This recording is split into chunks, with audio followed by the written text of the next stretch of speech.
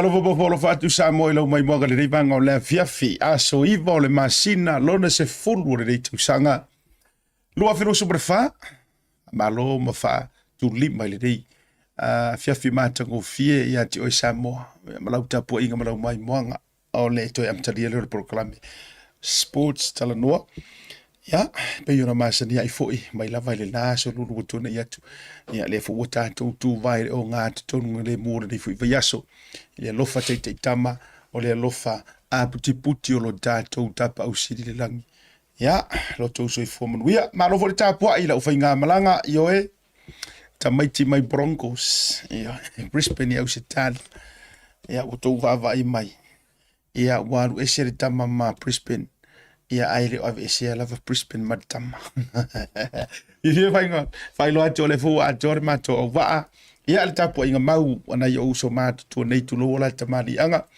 fionga de fascina Toleafoa ane tele Aiolupo tea ia ilo tu nga vale o fo le pristine o le tatou au tamatu ai o le manu Samoa ia o te rone nga te ile o le tatou numero suma de tolu o mai lava ile so o lo fa tupula ia maso le tamaloa le fionga ia Aumua to o vaenga fatalo fa mo fo fa tu Samoa ia arorili ka po ai go basa seta Aumua ia fatalo po Samoa ne foi fa poponga tatou po kala me sposta no nias aso i vol ne oktopa malole Ja. se fo mo ia Matalo fa tu Samoa, nei tu la fia fiu le ho tatou toi feloi fo tu sai mo tatou po kala masani. Io fi fo le nganga le fo to te liu mai fonua ia le.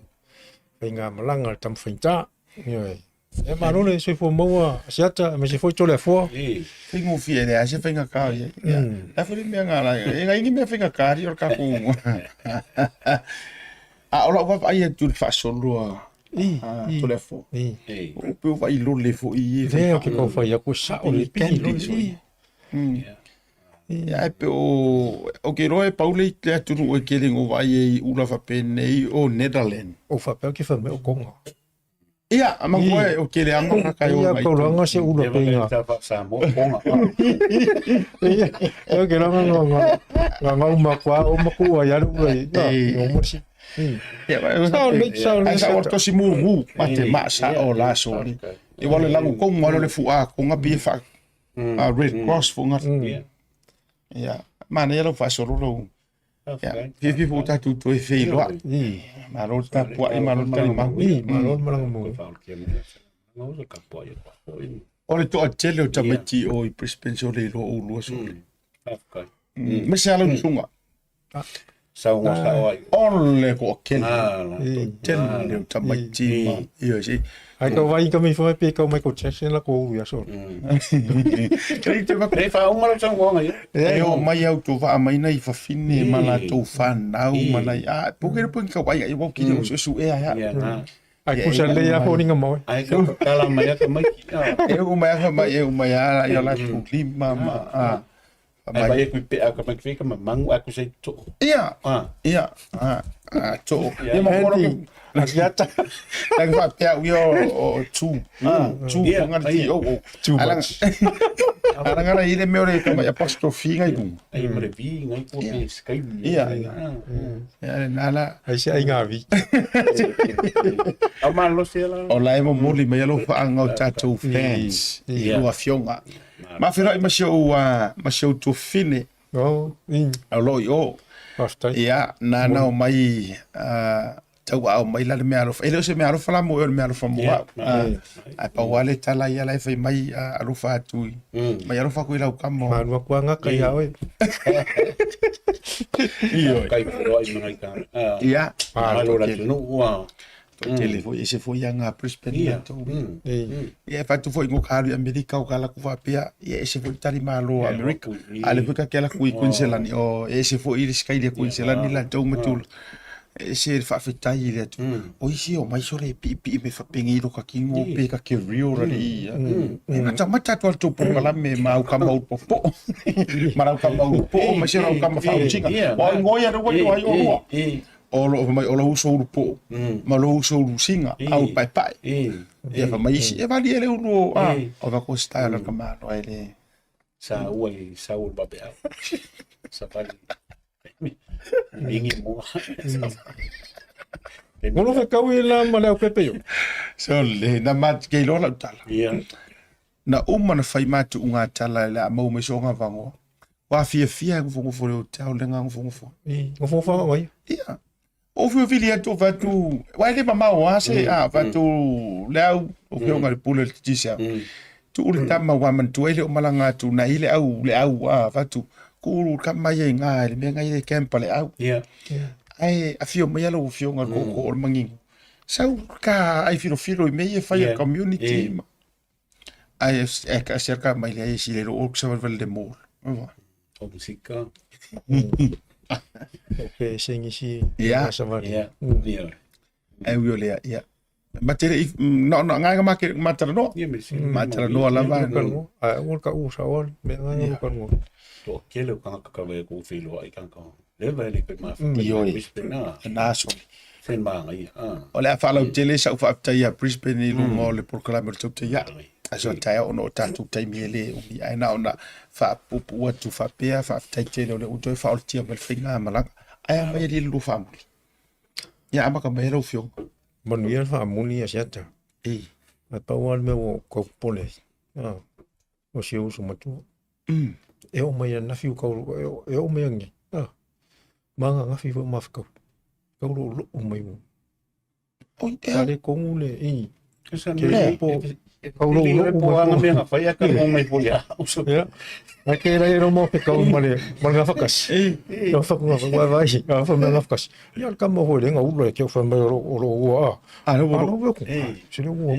Wo po fa fa sa pele. Ala ka a fa nge ku ka le ku mo. Se me se me ku. Le fa le ko belum para. Se li po ang sa kal ngome.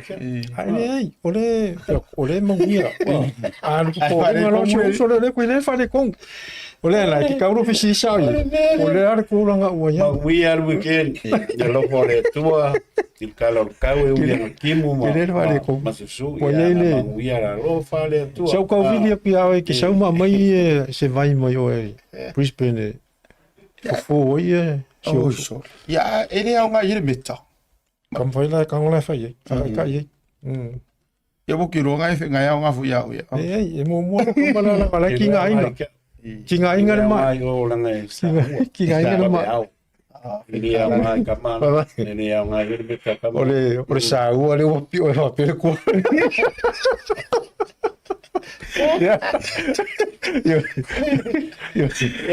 E kau mai hui lau whai ngā mara. E nio ngei ai pai a ngei a mio. Sā mua. O leo langa o le maangai a ngei a mio loko leang. Mane loko a lofa. Ala me ako le lofa. O la kala ngoa fua lo kua o le maa. Ok, musu pasa vali. Ke woi lo ke ni mai kaka. Ya. Mano atu samo. Ole uto e fantasia ta mortia maa pe yo. E se mantu va se tonu. Ola ta tonu malolo a foi vai. Tatu fanga solo tele ungo tatu talo. Ya, ai mese ke mai highlight umma talo ngane. Manusin al peste ja. La tatu bo ye. Mai tatu malolo.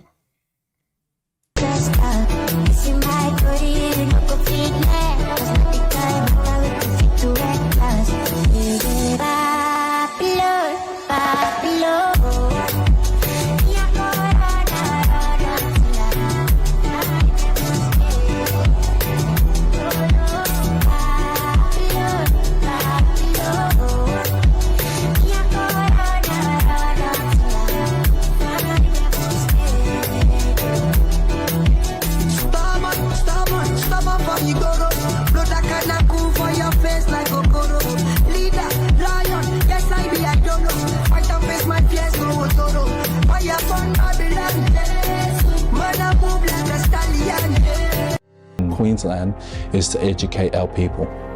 The best part of my job is being able to see the smile on my people's faces, to be able to see them progress on and move on with their lives.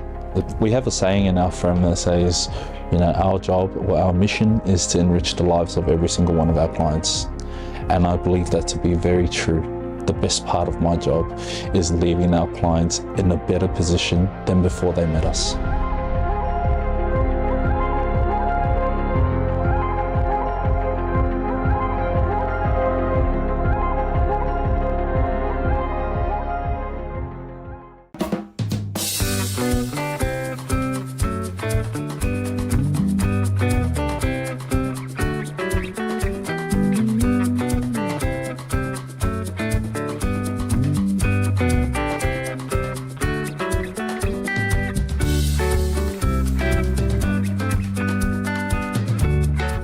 Ngāle tūtua PacificEzy mo tupe whamamoni Samoa le masino ke topa mawai lo vanoa te oro marumano ai whailonga tupe whāse furu tai lua se lau tālawa sau nia mo ana paanga. Lua se furu whailonga mo Samoa, a lua se furu whailonga mo tatou New Zealand nei. Se ina whailonga se furu aso tō na vai aso te tasi. Manatua, o lo whawau pēr lana whamitoa lima tala pēr ai whaonga ina PacificEzy app. E whasau ina whailo te mi mau se leni pēr whaonga le tātou direct transfer. Tiposi mai o tupe le tātou account, ma whamolia ina pasiri lunga o telefoni o na whaatino leo le aunanga ai ngā whapitoa. O lo avano peo tātou ofisa o Tara o tāhu huma le taulanga whataui mangele. Papea le siri o le fitu se fulu o tātou na lau whaasoponi ai New Zealand. Mo nisi o whaptalanga wala au le o varu se lau o tasi ono po telefoni masani au kilani lua fitu ono fitu iwa fitu wha ma le lua fitu ono fitu iwa varu wha. PacificEzy o lau pa anga mo tupe whamomoli Samoa.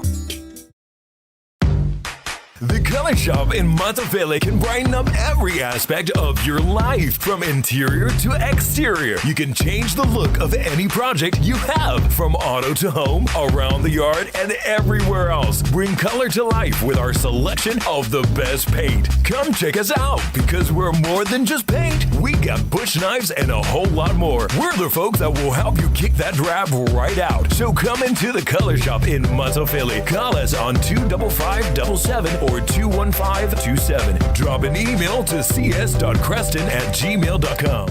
Talofa lover, Tasi Market is here at the Maigere Town Centre, the heart. Te whataro whaturu te liu mo i le Proclaimer Sports Talanoa i le rei fiafi.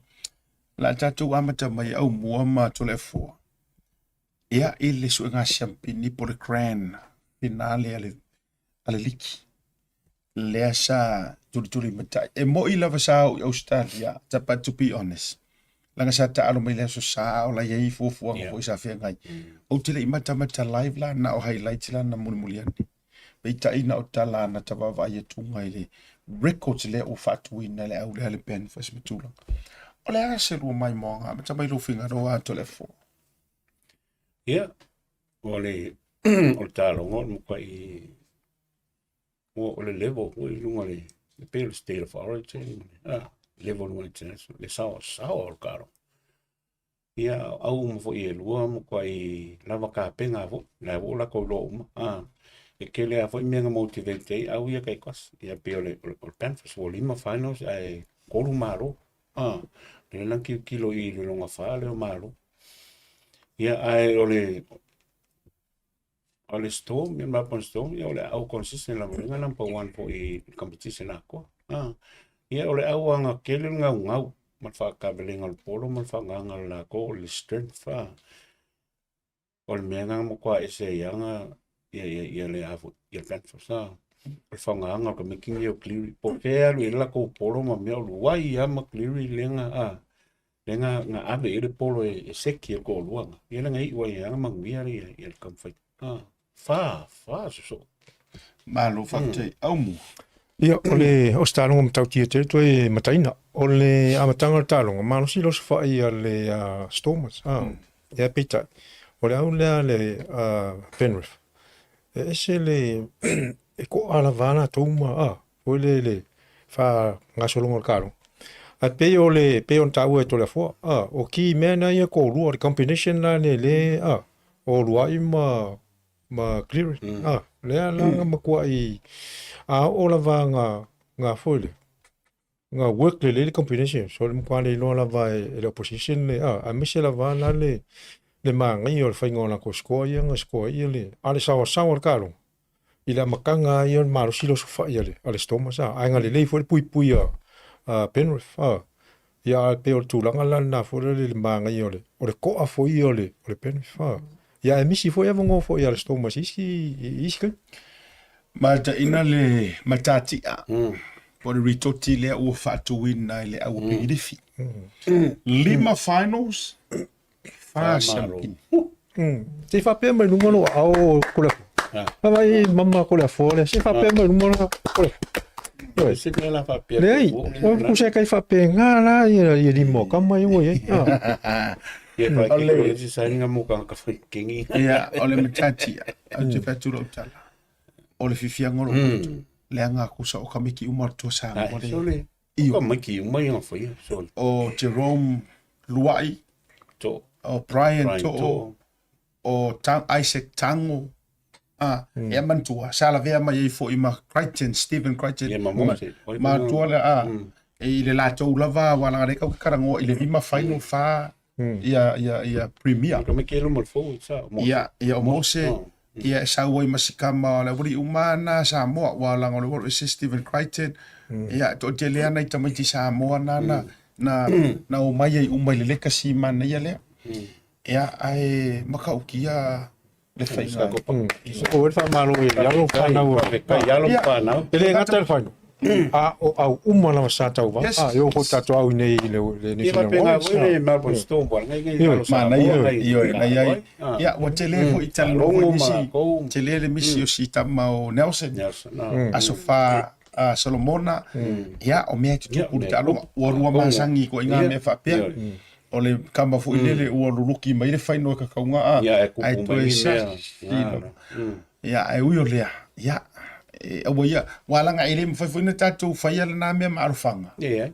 Fatu ro ngora te tala to tele wala fai mo to tele wa ifo isi wo fa ko ka wo ia rungo social media. Ia vese na me wala nga ele o sta longa stanga to tas. O ta longa mo tamai to tele. O ia ai pa wa fo iwa.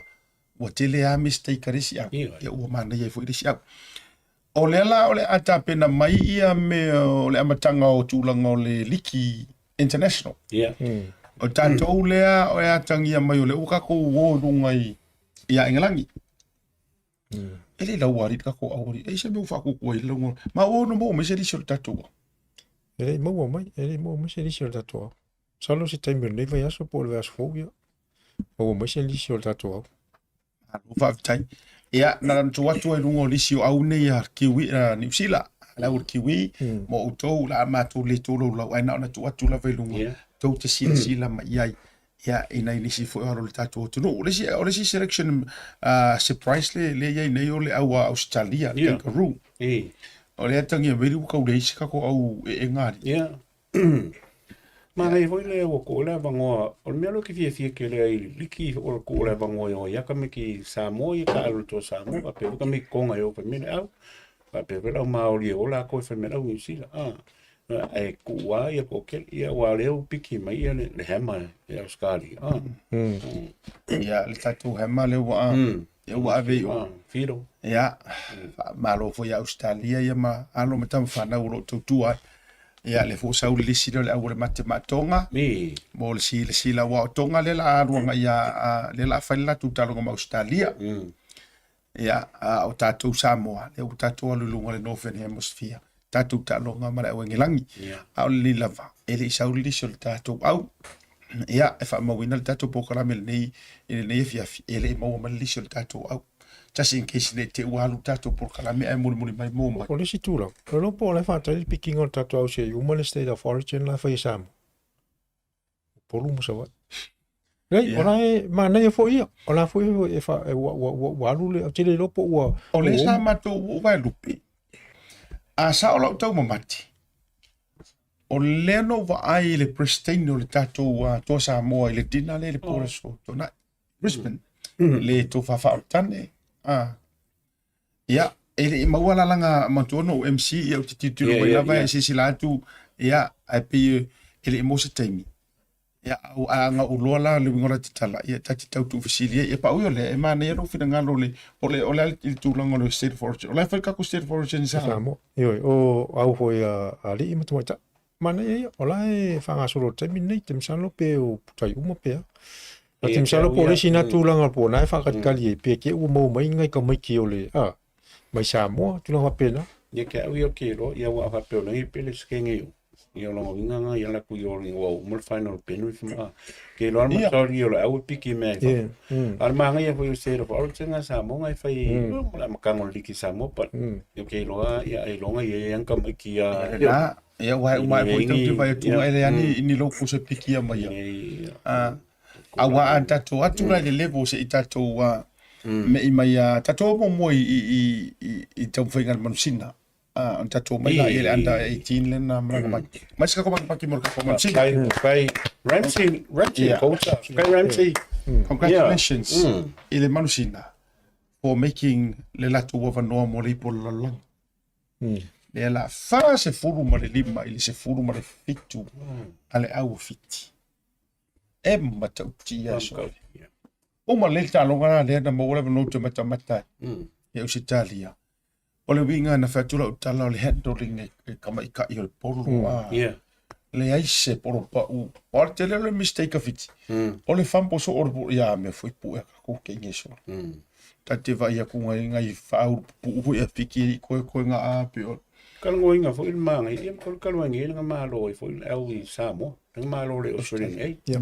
Lo ko ma alum ka kia ave ko ke ngeki umo au umpo e ka aruma ku fafu ngi foi wali se competition foi Samoa o le winga la le men sa le al men ka kalngoi men le mo lo ko ka qualify le tulanga le sa le position le yo le high performance e ka ukala langa lu Ramsey la kamale lenku o kamale lenku e mo winga le tulanga le high performance le Samoa no le manager ia ole la fa ani mai fa di sa mai ala I me ye le ka ke kalango ko ole la ka kalanga lu kamale ia vai les ka mai kai mi lenga ia wa mo ia se foi ia kala puma au ka alo ia tamai ta ia alo tamai ta o tatu tunu nei ele fengo fi wa mai mai ku va kasi ele nei foi fa ia ia le mo to I se ole sia ka longa manga ia len ka alo e makanga ka len ko kusa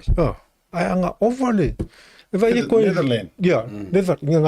Neverland nga le sala tsalo e pe ko lima minke so le ola sili ia Neverland ola e valule ile lima ya kako pole valu tot ia ake u ma ngai ole avenga kako no ko asiko alanga la ole kako convention la nenga poloka mai ia ele aule Neverland ole mea e au ke o nga manginga sa mo makako ele ska mi sanga kengi fa Samoa mea nga I manginga ya le ko ke ai ole ka alo ka komansina I kamisanga lolangi le fa I o alo hoi pa nga ule o ku fa fo male la te au sitali la ye kulanga me mala ko malo ya nga ka umai wa o kengi ki mangi ya lo ngi la ko lo ka alo ya onga ole la develop pa ko kongo wa onga ngi sila mas kari ma ko ya piki mai le la fo mo ka ko ole manga ya wa ele kai nga fa ki Samoa ele ise me fa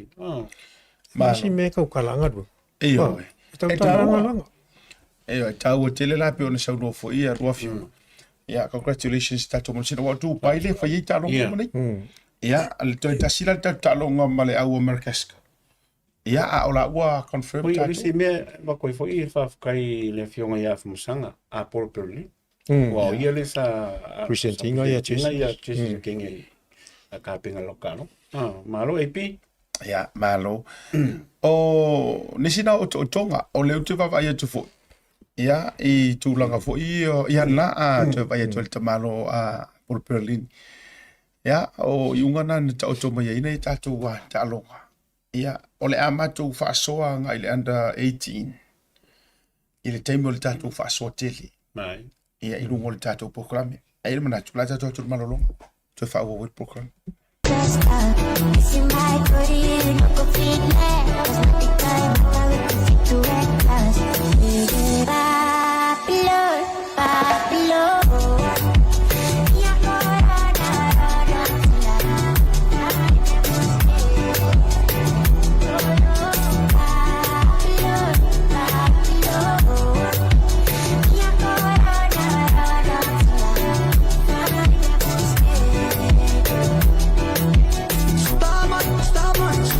You go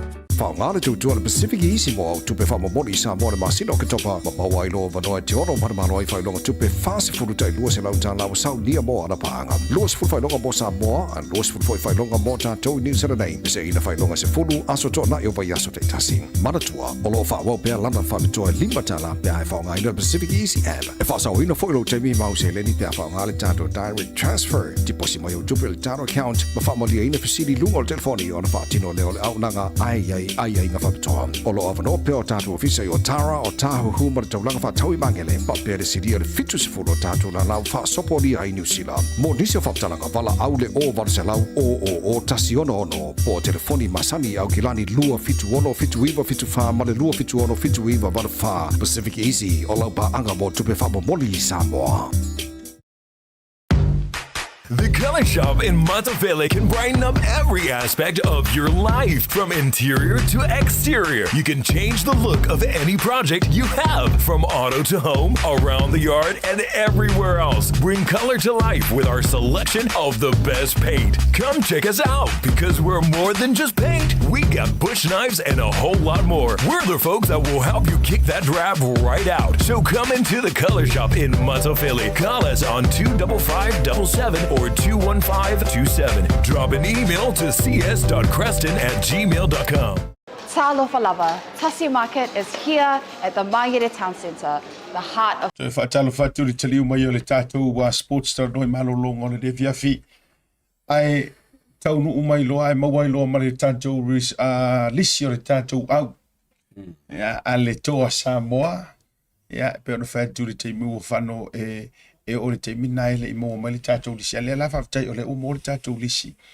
O le tātou au le toa Samoa. Ia, o le asarua tau mai tau watu le tātou lisi. Lau tu atu la vailunga ala matu tatara noa na inisio tamata alo. Aumua mata mai so fina ngalo la asau silisila le tātou au. Ia, mai tau atu mtua mana i la vale tula i mo le tātou au le waiai. Ia, o tātou nfo ele whaingo fia fo whaia o ngas fisfilinga. Tele taman le o le tātou alung whanau o le tātou tunu ule o lo ta alu tono le. Tamisanga le Australia. Ia mai tau atula. O telefoni nisi ano o la vea. Ia tonu teu tu fasili nisi po o le ali mo tu po ta tonu o to telo i la tau la e whamuno ria no taru mai le sisi na to le ta alo. Ai i lau ta tununga mtua mana ia la vau tato au. O le kulanga le iei. O i la tau umane sa ta alo umana vai rungo le levo le man mo runga le sa iei le tamisanga le o le liki. Malo whaapatai. Manei au. My cup king yellow way. I think it will say for each Roman cup king. Here we have a pale kiki. Only for ye, a kilo kulangalanga baama, marcaling your yay, my elite, my for ye, kako. I pensa more cocaine for easy, usually or pikia, okay, come on, I mag. We've got my full fun, the pale up Brian too. Nangabaling magua, okay, low crichton po, yes, a cook wang ipola, send me all from Emaswali.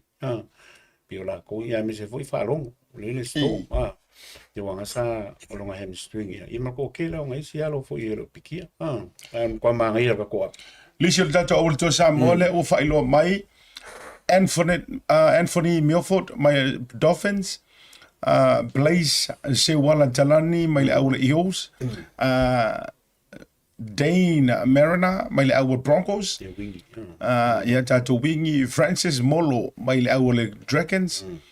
Tātou lisi tātou awhalea Corin Jang Gamtong mai le au malosi le si Eagles. O le sunga ia Isaac Tango mai au le Penrith Champini ia le Jake Tango mai le au le Eagles. Kapiteni Jerome Luai au le Panthers ia po le Penrith. Jazz Tevanga mai au le Warriors. Yeah, Jazz. Gerald Skelton mai au le Bulldogs. Jeremiah Nanai au le Cowboys. John Asiata mai le kalapu i Peritania le Leopards. Josiah Bahulu mai au le Titans. Junior Bahunga mai au le Roosters. Ginan Palasia mai au le Titans. Lazarus Valepu mai lau Storm ke va kur kamiki le pisa matu sa tupetia la ngona so fo mitalia io dalo fai Wa sauka me ki le ala ka o ko. Luciano le lua mai le Dragons, Ball Roach mai le Warriors, Ricky le Utele mai le na il kamusanga foi ale super ale tau mo kamusanga Super League. Ya le talo mai sunga ya Ricky le Utele mai le Leopards. Roger Tuivasa, Sheka, yeah, one of the veterans ole talonga mai le Warriors. John Blower mai le Storm. Simi Sasangi mai le Raiders. Ya malisunga ya Gerald May mai le au ale Roosters. Mana ia tatu kapteni. Le leitulanga I result ma vaenga. Paua la ku ala loa o kaku le fa fonga mai tu a fo ia mai se fo io o la do o le pulenga a te ia coach wai le rofas e le fasa mosi coach a o le tasia la tu ala a mio. Wingo nano for ya to I love this guy. Alanga o we e fa ya la utala I mo talonga o ma previous talonga. E kelinga kau mo mai kai kor. E telina tau mo tulanga na fu le sunga ya Jerome. Ya Aotearoa peana fetu tu puar fatu tu te rongolo tatu ngalo ngo vivatas ya warka malo o kasira ka pe fa ki ngora ikiki a ora mo kwa ulo vale po a mame mo e kwarko inga le ala o tatu de level tu langa fa taita ona o tuanga mar tu ola ya ina ia to ale tai va tele le loto pe ewelea le me la tu langa ya le wa ai ya tau ya le o fitau le tūlanga wo ye ono lana fu tau tu tatu to Samoa. Ele fengo fiul va kali meia. Oh. Perkangia. Kali wena ka ko fai ale il World Ia. O ka ko le ka fia va ngani. Ya la ka ko mo e. Ole uso polisunga Swali Joseph Swali. Ia ole wele ele yungi. Yungi pia Australia. Au fata pena mo tua.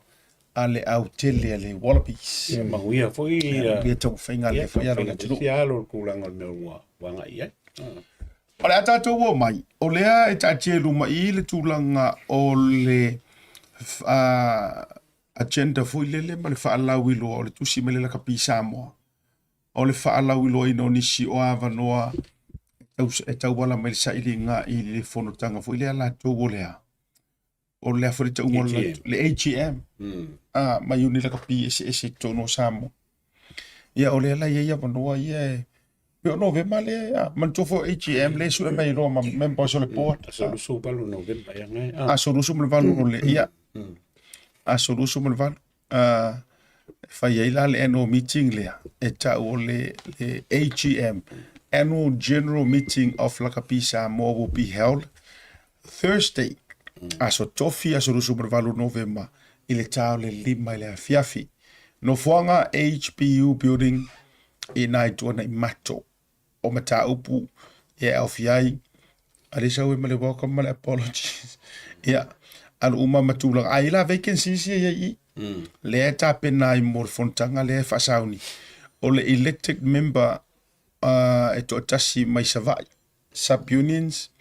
O le appointed member 1 mai le vaenga vo le iso na legal background man to la to ya le fili mai ni si o to no report o ska ka iso background fa tulafono o le vaenga vo le vetting appointments ia ma le tulanga o le vaenga le appeals tribunal to o fo ia no ia masania o to ia le la pi tulanga nei vaenga e se rua saunoanga ia lutte vai o address all applications fa fonga mai tau le vaenga le applications are open for the above vacancies.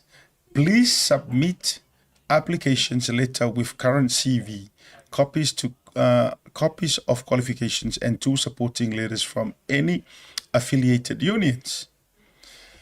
Yeah, all applications are due Friday, which is November.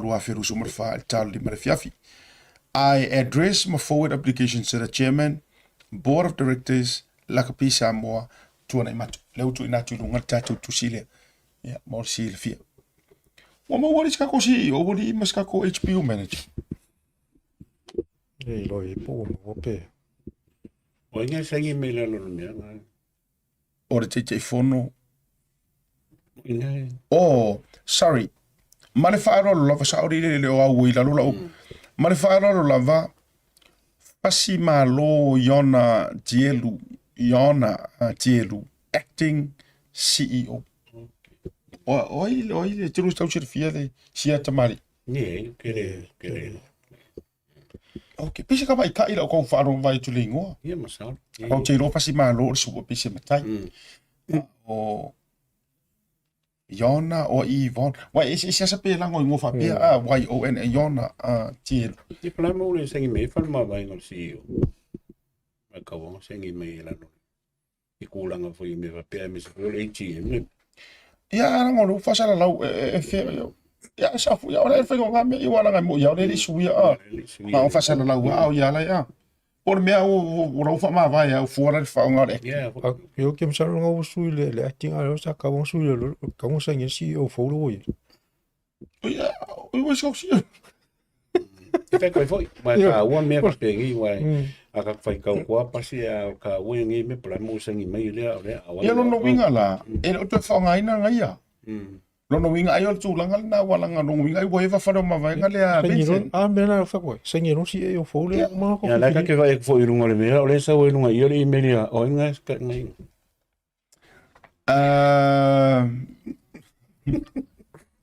Wala winga me le ke fe. Le yo la ele umo ko ki kia me se runga le ta he le a kulo ye si o fo lo ye. Vincent la kapisa. Yeah, but anyway, yeah. Ioi, ya ole o yin se ni nga va. Ya. Good luck. Yeah. Vai nga ole. Tato tu mo under 18. Mas ka paki mas ka ko penga ka o ma ana o ma. E ui fai se por runga ki ro ai le malo e o New Zealand ma. Ele Se lau mo ko pu. Ioi. Tu long ol ta longa ya afua ya I ole o ya se lau male lo ya lau New Zealand parents. New Zealand parents. Se fulu kako. Tu tato. Ya talo mo pe I va lua el fitu or something like that. La New Zealand. La New Zealand. I mean, mare tu ala. Ole ale lua fatu fara inga ile se ngala. Ola ka mikia. O fea le mafua ile cap le se ngo. Tu langa le venro tau fa soma. Ya, e pawale kam kalanga pe venga vakul ka ko fa malo fo I ka kai malanga o fa ya onga ia malo official o me ya mi se fo ia nga yalum fa na wa la tu o me le. Ya e elem fa yang ku se el ka ko ki kilo mangingol mero ka kia mai. E ko fo ia mero ka longo ko development.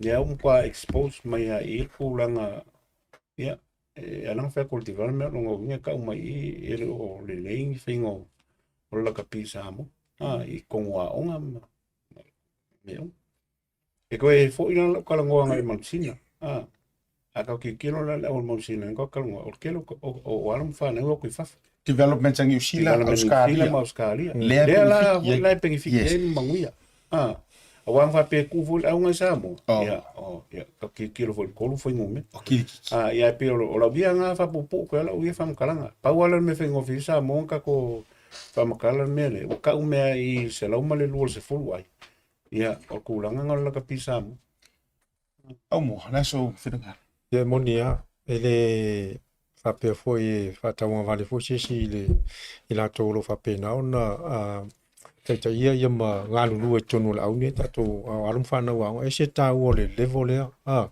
pe ia tonu fo ne tonu e se le fa ta wo na to ia ta lunga ne a ta maonga yo fo ta mai ta ai e ala tu langa fo lo le fisiri ni ala le a ko lo fisiri o nga nu fa ta si le uni la kapi ta mai tia o nga man tanto uni la kapi o fisiri na wa fo ila ni si tu langa o nga lu e tanto uni la kapi so so ni mo au ne ya ta mai tia wa ne ya tu e mo ia e se la vai la run la vai o nga ia la to uni ai nga lu e fa ta si la va ma uni nei ta si pe o kilani Canterbury Wellington ma nga lu fa kasi o nga inga ia ku mauna vale le ole o ka lunga ko ngi sila per fisila na le fa sila toi o nga lu fa ta si ia tanto uni la kapi ma li uni na ta mitia a lea fo se so ni tele tatou inga la kapi o fai wa au lava nei alo walanga o lea lo mau mai la i unga ia ma result ia sauni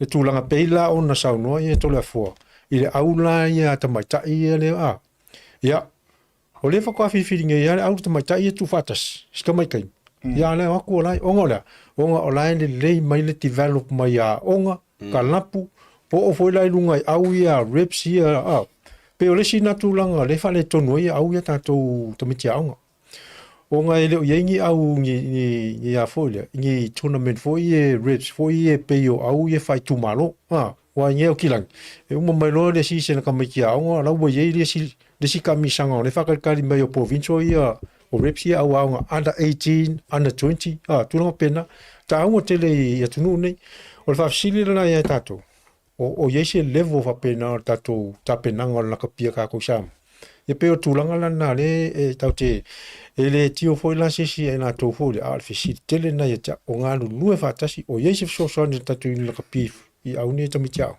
wa le mai tawa o le la vana o mai na vale e au ni tami chao ngai la no la vana o ye malisi foi tulanga siata ese fa ma no si au tu lo dei lo i a mise la vale mamanu mal pa i o fa ya onga o atu nui fafu ato tilo ia ato sila ia la to yo lo maulunga malele la to vi sauti mene o coach o kanga ka ia ko background fa yaunga e o ai coach au ke kele le World Rugby provincial matula pe o kanga ka ia au nei fatawa ai ta to nei fa yaunga Samoa e tāua tau sau langa kai mingi wa professor la kapi e pe ia to no o fa yaunga e plan mai ana vai so akwa Morisias, pela tulanga la foi la kapi. O ka ua ke le ka fia o nga le plan. Ele ngi fa nga fulu ka foi. Ngalo la kwai. O la ula ne fa malo si au i e tato a fia o nga Samoa. O le si le ko o nga luenga le. O telefone foi si fia o nga o se men fia o avele le coach ona. O le foi le tulanga le i tupe maui. Mene o coaches ta. Ma no fa tai ole o ke aka ro ka ngo ka ko sasala pen ko kona e fa maru wa ko ngo kulanga wa mo koi ia e sa le Aumua ia e pe ar ka ko ka poange me ma ka kala ro sa e me sa ifo o ka ko sili pe ngalu po ngalu e sili ngia lo rugby ni ngi me o la ko ngalu ngo fa ile va pela aku po mere e fa e nga mele au ka mikingi aka ol soka le ka wela la kapi o le sila tulanga le la pita Talanoa le tulanga le high performance le na ya le ala ko amaya ramsi ko ka o ko le se share fa unga le nga fa mo tangata fa ringa luenga mo tangata ile ko isinga lu ile tau ala va atu sa tala o le tau o le vaenga le o le afoi tatu o me o fai Samoa e pior apa ia ia tatu tama mtini ta arwalanga le wo prove mai mansina o le wo sound result mansina o ke ngi le fai ya consistency lava ta alonga yo na sa no ia tulafono le consistency lava mai ai college fa solo tu ku kalapu le ia tulang ola tu tapenang ka ko Samoa mana tu mai fu ya nga o nga Samoa e le fa pe ka kilo le system le fa ye a le monia pe nga makua pa pangu wa system le nga yo to vai tai ma Talanoa ya se yuri poru professional o nana o fa tu tele fa pe nga vale nei fa ya nga wala nga results la ya o results la wa e isia nga ia or se fa ya nga kama ya la nga ke very 13 ia o ia foi nga ke ko vere PE nga ke ko vere fa tu i mita o ia foi ko li foi coach le ma tu a fa ya yo singa fa ya o nga ke nga vale nga la kwa ya nga or focus fa academic ia nga ka oro ia fa ku ai asira sila i au nei pe o Kelsten boys o au ni e professional ar coach like coaching au ma le developing no ka Malaysia mea se ta mau mo le yungi nga ye nga kai le mau popo ngai ko ingang fa ma popo me le yungi ma fai ia wa o school boys rugby lalo la ka Samoa o me folanga nga o se yuli ma fai a onga ma au uma ka me kia onga le le o finga o so ka o le male yungi na ngai lalo yungi o le ka ua ia ke mingi ia le ka mai se lau mong ku man to foi la lenga man to foi papia umana ko inga au lenga ye ile result lena to lo foi ile vota o foi ma ilo lana au lenga avengele le World Cup se le World Cup lena ia ka se lau mong ku mai foi ia posko kilang ia me la le ku pungi a fai au le ka ke ku ia kwam ka ko fai aku ai pe fa la kwa par ku pa ko le fam kala ngolo foi ia Samoa fai la ku nga mele ka ke manga resource ka ke manga ka se lau mong ku au i ka ko au si pe aku la ka pi au ko fai au ko fai ele manga pe fai la va se o lunga e fa fenga ma popola lo i pe fa pe le ma popo mai lunga o le mele tu au tatou wala ngai le ase me aro ese tatou faʻasoa male o le mele le utu ele fiaru ese kai fongo male mal tofi ele fiaru ese le tai fona o le leanga fo o tangata fo inisi la le lau kele lau kala la tatou wo ile port na mawasi na utama ifso ta inga ina inisi fo i fa tu ina lava fo i tonu la ki Samoa o le mele ku o la makua yo la maro sir pro kiki ko ngol la pi o inga vote le port o mo one info o le info foi le afa fa fo mer ke fongo 100 milio kar place ke nge o le fionga forma Vaega sui a ke fongo mo ko umor port ko ke agree mal tala le se vanga nate e refuse lavo e ke agree a ko ke role mo ko korsa ele se ka ku kala o le mele tu e vevela ala ko fela fo inga fo ile le fa alo ko i fale i port ai fai lor paroka HRPP a kula epa paroka nga ye ele HRPP silinga fa bala nga ifo ye ele HRPP ele fa mena lai fai o le mena lai fai o le paroka o nga paroka le o e HRPP e paroka uma ya kula epa ia ngai foi mil kala lis foi vai nga le o fa me mola kumbanga o fai ko inga marolo ai fai paroka a fai na ia te ia o le mena ta o le ola pelo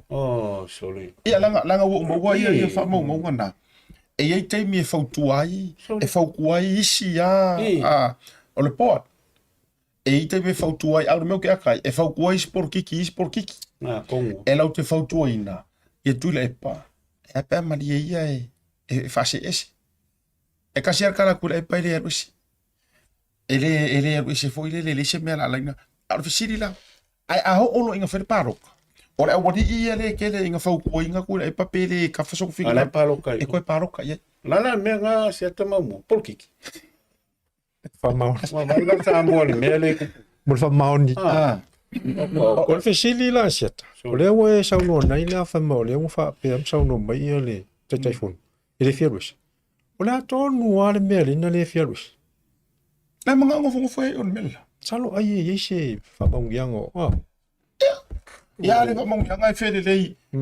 le 5-7 star hotel la pipi ya kulolo e ma voice na no e ke au ya ko fango ngo e me fa pe yes ele me fanga la conversa ke ke kulanga o mal fango ngo e pe o sa mal le fia malik o ngo a fai o le fio ese o sorry ona fa inga ka la fa inga o lumanga inga yo isi alo fanga o sa mo la kapi ole info Samoa ele fa ko tu se tala ole tala moni ma le tala le vatu ele fia ser kai fong yes o tangata fo i lo ke la ngo inga kuila epa ulo era peke malisi peke skopa peke ole alava ma tulanga o se tu lo wo mense da nga ya ele va po ai po vai nga fa fai o kanga fo i ele ai fia ngo fo kula epa o kaka fo ngai ele ke a ngi result o la kapi mongia E isi o ri o ke ofo o ia le ka ke fa. Se la mo ko po ala fifi. O te ofo i isi o ri I kulo la Talanoa foi o te Talanoa foi o te ia o tou tama tuai o man samo. La nga iska solo mosa mai foi iska mai ka mangai ko nga. Le la fi ko. O me la le ko fa ko. Ia ai onga ola ko foi kai mi le I manga ia. Leis e si le ka ko karango fa penga. Ai onga o isi ka makuai la fi ko le mele. Ola ko foi kai mi nga ka ise lau mon ku poi o peleki ala ko. Ai lau kire la ai no mo ya la ko le me ka wale. Lau kala me ma ko foi mengi sa. Yes. Oma. Uma kwa ka kiel le anga ka ngaka uma kwa I. Ata mo melo tana na. Vatu wa fua ele papel. Enganga a fela ka karango ka fa fa ke le tulanga wa e fa pe mai so le se talanga ke le pe ka ke ka aro pe ko ka aro langa ile si fo ka ile ka po ele o se au ele ku lo wa la u so ngi fu ele fa pe fo ko ka alo fa pe mai ro ko au ole au ka ko io ai e lo fiar ka se ka ko or ka lo fa mongi le au wa ya lo fa mongi le success le wa nganga fo ya wa mo watala e ia isi o kama kuai la fia ka inga kulepa. Ya la ia makamai ngo fo mai lunga ngo fo la ia. Or fesiri la. Ka unka alona o me fa pe. Or fesiri la. O ko inga research la le ko ke nga wengi. Le ai mangitonas e o ile la kapia le World Rugby. E lo ko fi so songi mangi sering. Ale ngo ko ngelo World Rugby o kusiaki. Mai api se ba. Only because o le. Ale la manga or ko inga World Rugby ya fa pese ka kuami. Ola tato tutuli Kau ke kurkuri ia pe. Iyo. Ele pe fo tatu po kala. Ola ka ko kurkuri ia. Yo. Fung isu. Wa. O me re ia wa ia ka ka ngol ko. O ngi ia me ko rap malo ki kilo o ia me mo wa lau kanga ma. Au mo ko iku se al kam fai e ke nga lue mo samo. Ka ko ka le ave samo au ngi e fa ka mana lo la. Wi pe fa mai o le coach le apo o lo fali. Ai fai lau kau kua. Ia o kanga kai sa fai me lunga le fai kongo ke nga fai koi. Ia o lan me fai la no pe fa le kongo mai. Ia la fu vai ruinga le lau faria le so lau faria samo. Fa longo koi fo. La fu vai ruinga. La fu vai ruinga wa ese le vaenga le si vaenga si vaenga foulanga le nga. E se vaenga le si Aiolupo o so i me o po ri usa urumari le fa vela ve. Ia pe o ko fefe ia oro. Dei o pere ka o po nga me se kongi mo ngai fa ka balbali ngai se vai. Nga le kusa mo po. Ola ka lu po aro. Ola o vai ruinga now. A mai la fa ka inga tu lo o afia fa ka inga ko po mai ngai ka ronga nga fa ngai. Lenga manga ia I lo e kamaka aro lo fali. Walanga at the end of the day, e lo ka kongi anger. Nga. Kulo. O le foi ka ke vai ko ngai fainga mengo sa mo e so si lo fali. E wa ia lo fali fa penga, le lo ki fa fonga mai. E lo fali e ko ko kongi e ko wala ko lo a ka wanga ma lo pa ia la fai ku se fa fai. O le ola o ke riso yo lang o isi kamaka aro e foi ngare ngila o ka ringo lo fali ku lo wale a. Ai ore upu fa le fa mau yanga ro mo misamo. Ora fu vai lua lo fori. Ya lang kupunge me. Se ma fu me lunga. Yes. Ale ma popo lunga maka ape mai lunga male waku so kai kala ngoi lo fori kala ngoi coaches kala ngoi kam ka. E fa fenga le la kapi. Ngala mo fongo foi ko ke se ma momoe. O sengi ko kongi me fa penga. Ai le fe ngalu. O le ala o ka o mengi, o koi makanga o ngi me fa pengi. Eu vai lui, o longo winga o fai kengi le me o. Me ani ngata fulana, o le usa no ia le vai mala. Ele fia luese te telefono. Le fia luese. Usa o le mea pito I manino le na. E kusa ele ma faina luese. Ele fia luese. O e fo yo lo fa fo linga e fia mana o ese le to ina. Ele o fio ese ele o fio ese fo ina to. Ele o fia pa lota fo I wala o le mena le mali ai. O le pe a fa ila ko fo fa lo to I fale. Na fa ule le mena o le tanga fa ia tu le pa. E a pe ke de mari ia fa se kwanga. A o kanga ka ia fa ia ku le pa. O kanga ka le pa ro ka ia e ko fili e ve ma chairman. O le makua I kuluku le mafoko. Nge la me le chi em ngai me nga mai fa pepa fa ka u au umanga I fa ka o kongo me. A fo ile ua mo fo nei me. Ia le alava e tātou te whaatalitali. Wa ova ma le masina le whaasalalawina o le HPU performance. Le alava i le isau. So o mai ai ma le CEO. Ai pēra asanga whai umi ea. O lupi ngona utala. La asanga whai umi la vai a. Wa maua ia whamatalanga. E silia ma le lua se furu i la tou. Ia mo apalai le HPU. E ui ele o maua mai se whamatalanga tustusi. Awai ka wanga. Tai me select mai ai le a. Ai pe ia tangia mai to ofa ma le kōru se fu olo. Ia a or CEO la ia ele maua se tala. Pe to fia ni se ole a. Ai e pe ole a ma le a runga i nei mea uma. La e sau whai mai le ai ko ke le oa. Upora ku. La e wha manu le itu le oa. Ia, ole Talanoa. E lei atu tūlai e se loa. Lei atu lai ma file mu, tūlang wa pena. Wai, e leo se mele lei fo mole. Ole a fai e lava, fai e lava. Ia ole a fai na ia tāronga fifia, ia lum whana ole tunu. Ole se mea po la ngona o ye ko inga mal kai ka. Au ka ngaka fo kua. A fai lai pipi o lo fo kua ia male ropo ia la fa fia langa. A va pe ngo mo i la ko fam kalanga va pe fo kua ko inga malo ia ia me fon family fi malo. Ai o mai palo kai. Afro fa ko pelo. Pelo uma. Fa ke kai nga va pelo la ko le manga ko ku. Fa palo ko uma me ai. Ia nga ko inga ia fa inga ko sui. Ia mele pungi. Nga fo ia mana tu foi tai pe mele ole ma komingo. Tasi mai pa u. Ai pa uma. Ole pe ia no fai atu. Pe ai se ana vale me wala ina le Mon me yese mea mana ia la volo fa pena ona. Avete te fatu mo moi vi hotel 7 stars. Fele le o ke ro fa ku pe uma fele le mutula. E pini me foi e holiday ai. Ile ta usanga wa makua ele mo kwala ka pile ka usanga me ka usanga. Ole pole ai ni tanga. Ia pe mele le ka kuala no foi ai. Ja va pe ku con se vai na escola fomos se constitucional ninguém. A ui ko ia fisca por kiki con o po. O te rola ai. Ia ai o uli ia ka o le patinga mai ka mo ingi no. Abele tete vetu. Ana wa pulea fo ilala tu loto wa ka kere fa ko se siku. Tai fono sunga tu la epa o tangata por kiki. Mai ia te fo e kere fa ka wo penga por kiki anga po penga por kiki anga fi penga se la ko sanga por kiki. Ole politician na ole politician. So ya tiaula maya ya tuila epa por kiki. Sau ia fale o mavainga por kiki. Sau ile peresi kenge ia ngambula uru sami leota ole por kiki.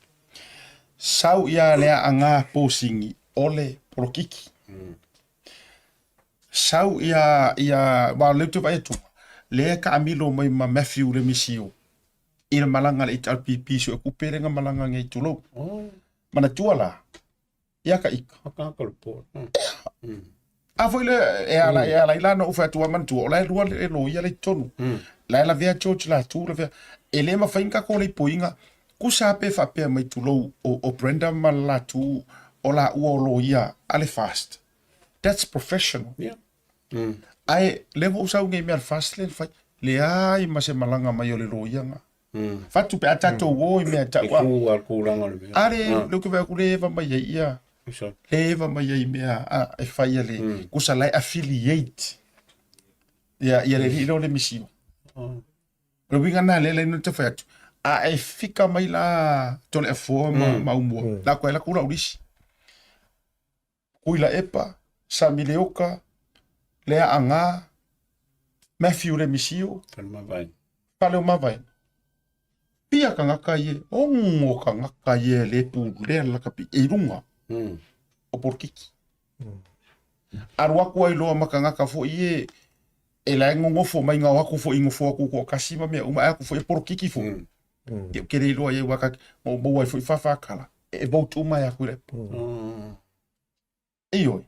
Bole ioi ya. E feo lolo anga i ka ngaka ie. E feo lolo kaka i a keins. La i ka karpoa. Like against ai langa le they are powerless. Ele se number se majority alako. Leanga makua I fia o mai lau vanga le. Ia pe o ka kokala ia ke o ia pe nga fai o mai o la ka pia lungi fai na fai vai nga vai fa se a fa pe se kan ka ia okay e le cha pipi ai sa fai nga venga fai va maongi fai e ka ke e ave se le cha pipi e por le fase kui kan ka le sa fai nga venga le fu mi nga venga al me lo kupungi o makua I makua I Ko sa wa avea le ko ila lo le HRPP. ia wa Wa fei ka vale ai fu ka ko avea le punga. Ave ngana fei. pai e lo man la kapi. O le me tonu le tau a mo le ai uva lea. Me tonu le tau le ai uva lea. Wa fei ka wale ko e mongi pawa. Sa pu le malo ma ka fili sa ungo I me al malo. Le la wo mai lo so fei fa pela la kapi.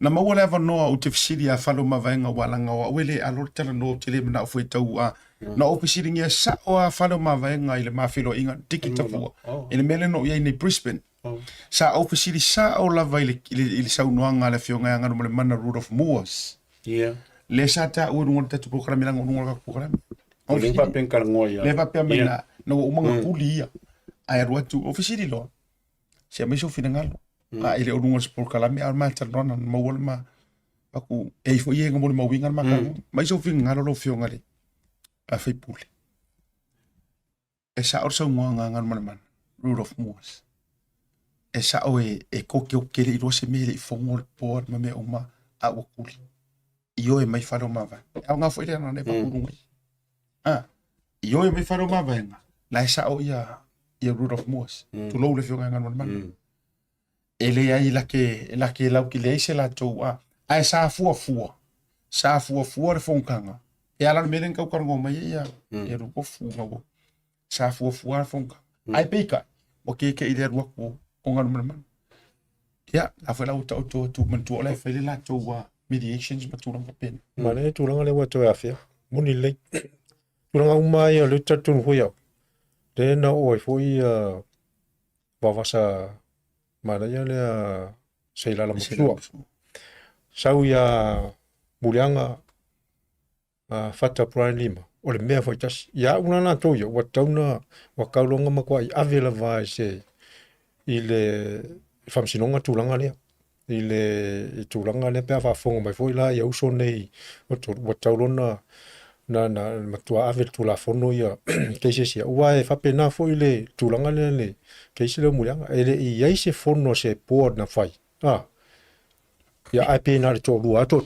la ton fai unga fa keke ia tulanga la na ia pela e ole ua to ia fier tulanga le e moni le lava le la mo I fa le tatou te tala ulo fo ia matatou tala sua fo ia Rudolf ia po ngal ma ia me sawa a fa ia la to apalai ngan man ya malo ngan man online so o si le tulanga na to yo wa tauna ya tailo ye o si tulanga wa taun fa se sorte tatou nei tamatuai le fa fonga lo fonga presidente o se sorte le tatou tamatuai o mansam I tulanga I mo fai mai tatou wa bele o apiusi ia na uso ia ai mamla mo foi wa afiola to mafau mo na to tamalia e te lela la fianga uso nei le tulanga tau tulafono tulanga pena wa taulola na faisi fofuanga le ia wa e sa le a pena fa ka ko kalonga mangi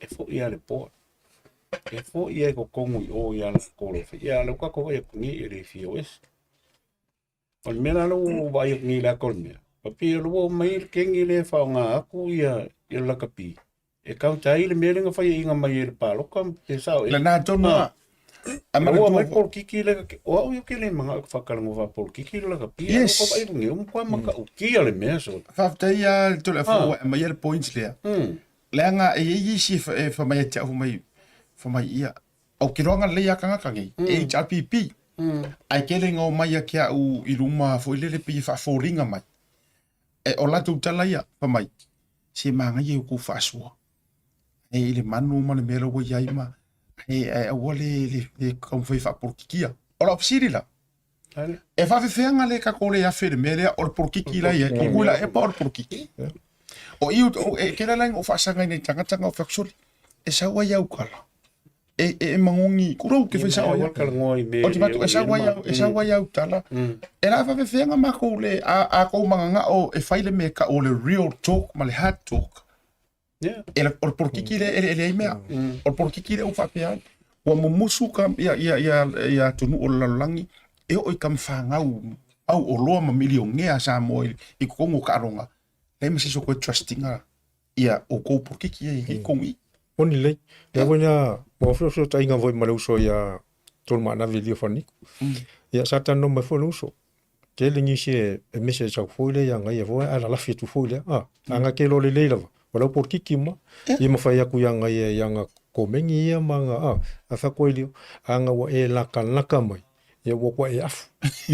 Ora tūlanga nā ne whakoi ia tātou tangata ia o lo a whai o lo a inga tangata e tono le port, a whai o sau o, ia a whai o sau company, a whai o le ai. A ua lava tu te ia o kasi me le maki kalonga koe, o le lakapi.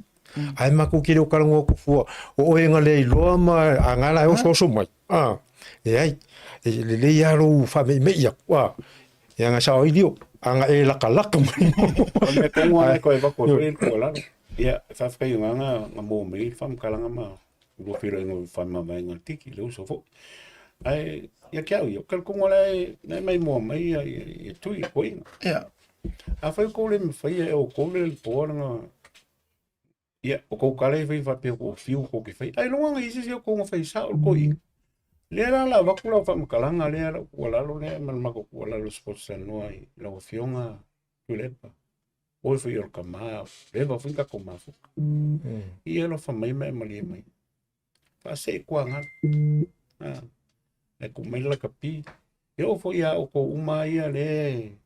Yanga e lo mongi whi ko e whau kua sa o ko inga mawhai sa o whamakalanga i ko ia.